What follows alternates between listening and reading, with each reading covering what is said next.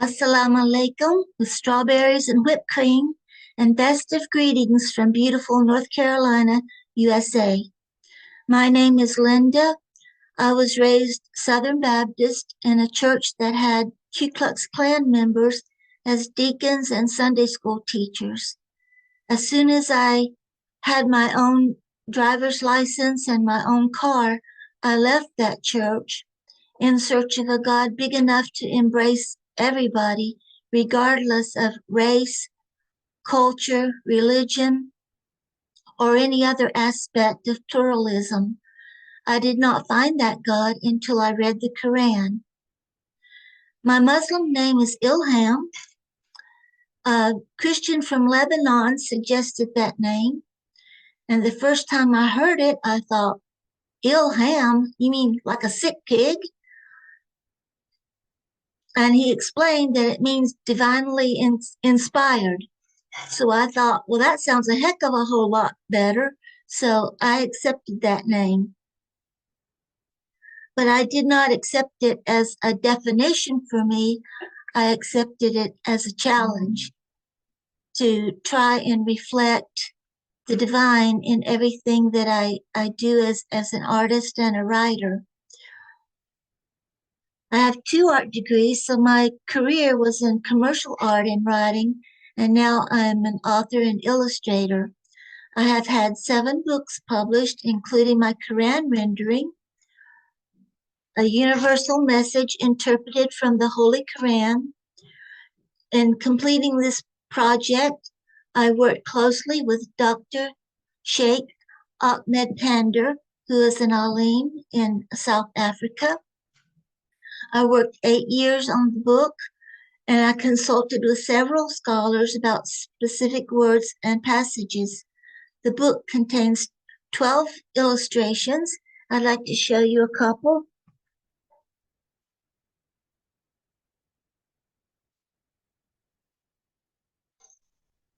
This is done in watercolor.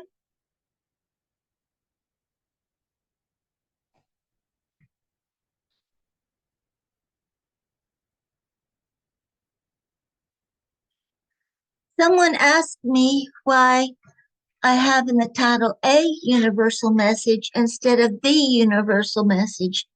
The reason is that the Quran has layers of meanings, and any translation just gives you one layer according to what the translator understands. My rendering gives one message, but another translation may give a slightly different interpretation. The IQRA conference is important so the translators can share their different understandings in a cooperative effort to relay the best of meanings to the readers.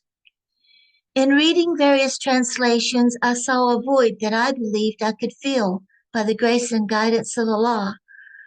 A Gallup analysis of data from the U.S. Department of Education concludes that 130 million adults in the USA have low literary skills, meaning that more than half of Americans between the ages of 16 and 74, that would be 54%, read below a 6th grade reading level. Add children to that number, and we can calculate that the Quran is inaccessible to most people in the USA because the reading levels of most translations are too high.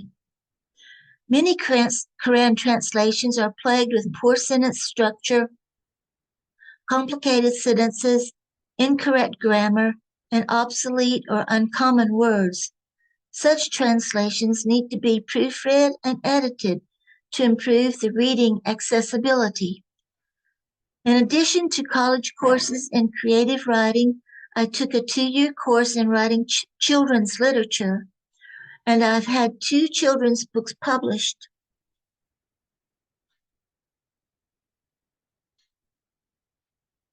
This one where the ghost camel grins is a book of Muslim fables that teaches morals and values. And this one is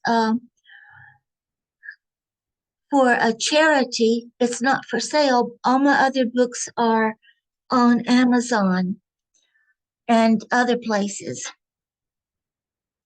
I felt that I was qualified to undertake the task of rendering a Qur'an at a fifth grade reading level with the help of those who had the skills that I lacked. For the most part, I followed common translations, but I did go out on a limb a couple times. So far, nobody's thrown any rotten tomatoes at me, but I'm always praised for that. Assalamu alaikum.